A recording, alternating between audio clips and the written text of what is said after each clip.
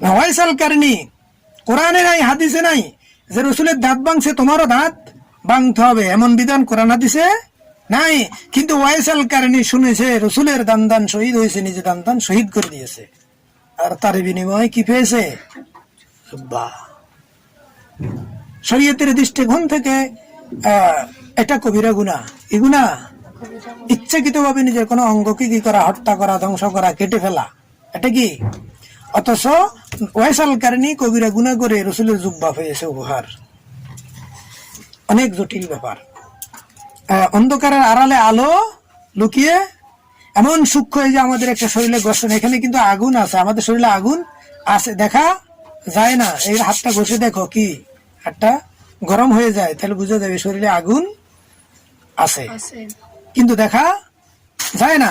আল্লাহ পাকও তার বিশেষ কিছু প্রেম রহস্যমূলক কাজের ভিতরে এগুলাকে পর্দার আড়ালে রেখেছে। একমাত্র যার কপাল ভালো, কি ভালো?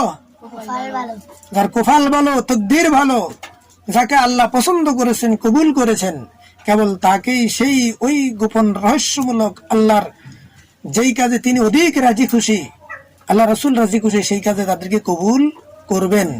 যার তকদীর খারাপ, তার জন্য সেটা পাওয়া, সেই কর্ম করা তার নসিব হবে